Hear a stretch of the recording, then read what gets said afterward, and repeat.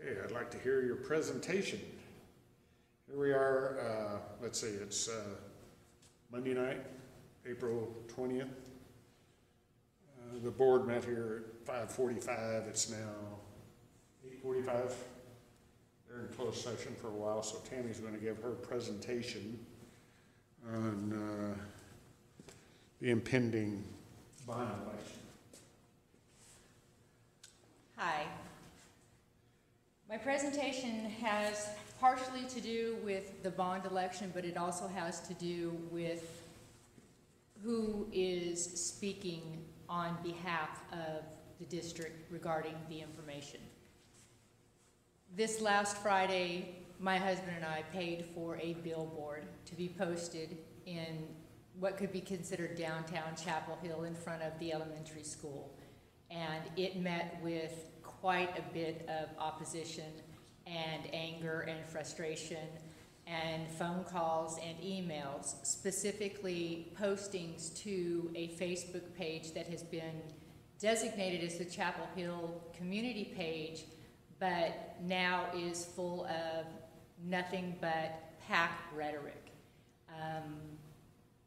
There is a place for that. The community page, it is understandable that the community page would have that information. People do need that information. What has now transpired has gone beyond sharing information and virtually attacking people, specifically me.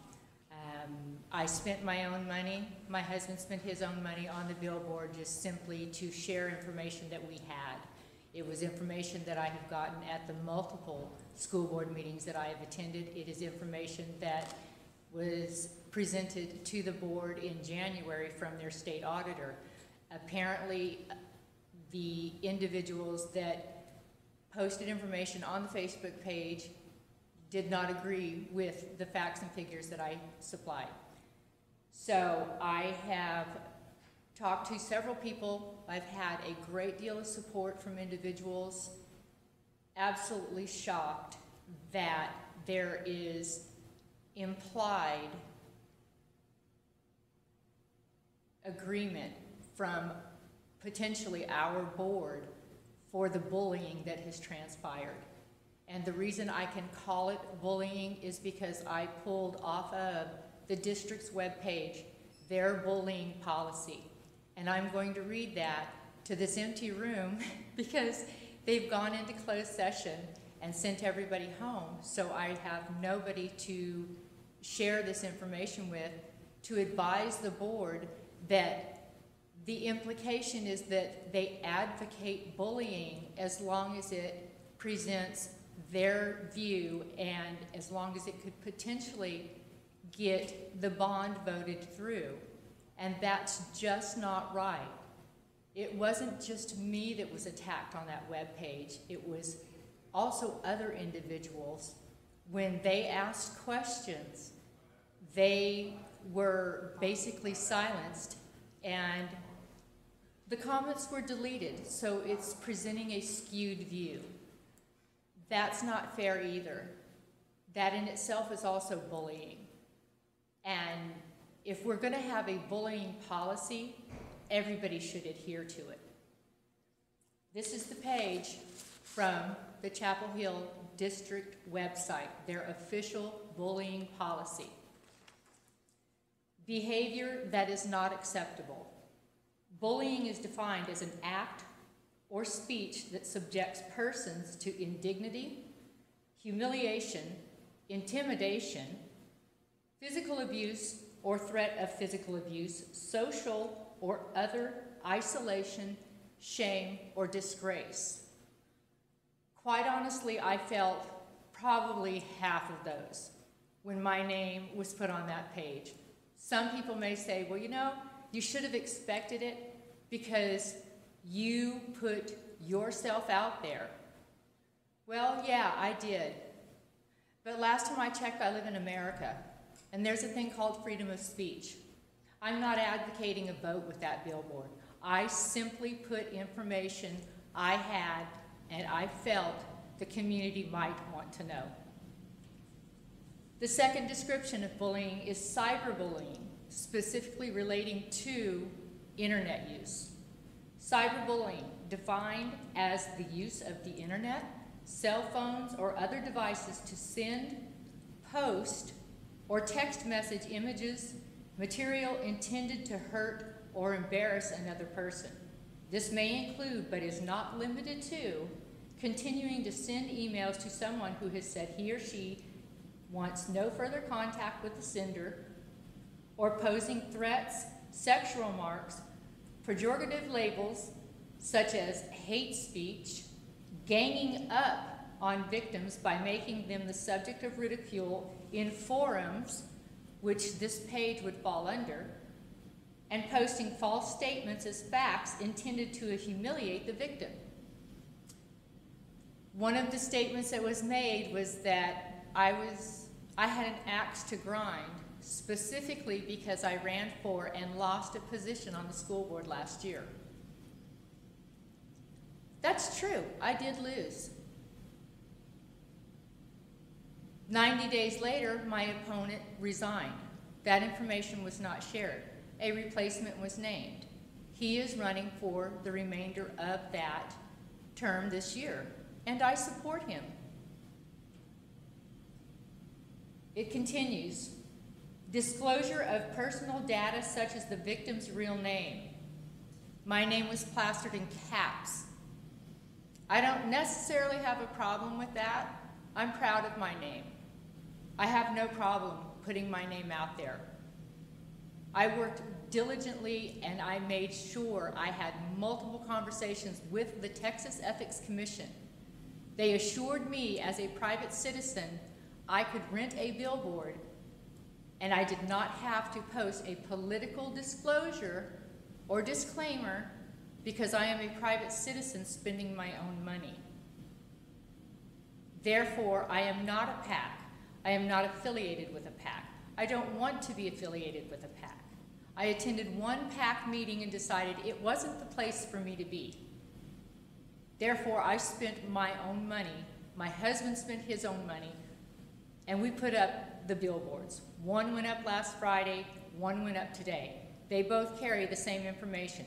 Neither of them have our name on them because, quite frankly, it is nobody else's business but mine how I spend my money. The description of cyberbullying goes on. Disclosure of personal data such as the victim's name, address, or school on websites or forums, and again, this page could fall under a forum because it is, posing as the victim for the purpose of publishing material that defames, ridicules him or her, or sending harassing text, instant messages, or emails. Posting or sending rumors or gossip to instigate others to dislike and gang up on the target, which is determined to have a material or substantial interference with activities or the rights of students or teachers. In this case, it's speaking directly towards the students and teachers of our district. But considering that it was on the community page, it speaks to everybody that is on that page. Not just the teachers that are on there, not just the parents that are on there, not just the administrators that are on there. If you look at the page, it specifically states that page was set up to share opinions and to answer questions. But anytime something is posted that does not agree with the position of the person that put the page up on Facebook, it is deleted. Therefore, it's a skewed view of the information. That I do have a problem with. That is why the billboards were put up. I'm accused of skewing information and putting up partial information, yet the people that put the information on the Facebook page are doing the same thing. I learned in Sunday school about he who casts the first stone turning the other cheek. Do unto others as you would have them do unto you. I would never call out somebody on Facebook that I would not walk up to and say, I don't agree with you, and this is why. I don't agree with the PAC, and what they did is why. The last description is engaging in threats or acts of intimidation. Once again, intimidation that interfere with another student's desire or willingness to participate in the educational process. As educators, as parents, as community, isn't the idea of that community page to educate everybody on all of the issues? And an issue is not necessarily wrong if it's not from the perspective of the person listening. It doesn't make them right. We should listen. We should educate ourselves, especially when it comes to our children. Just because they don't agree with the way that I'm going about, the way I am educating the community, doesn't make me wrong. It doesn't make them right. It may not make me right, but I have a right to share the information that I have gotten from this building. Today I didn't get a lot of information. Unfortunately, I'm preaching to an empty room. I would have loved for the board to have been here because multiple members of this board are on that page. Half of them, including the superintendent, liked the statement, and that's where my problem is. In closing, if anybody is interested in attending a meeting where you're not going to be judged by where you live, what school your children go to, or your opinion, I would welcome you to attend a meeting. I am calling it a community meeting, and I hope the community will attend, at Lakeview Church in the Nazarene on Wednesday the 22nd. We will be there at 6:30, and I will be happy to share any and all information I have. And I don't care what your views are. I will not judge you for the way you vote. Thank you.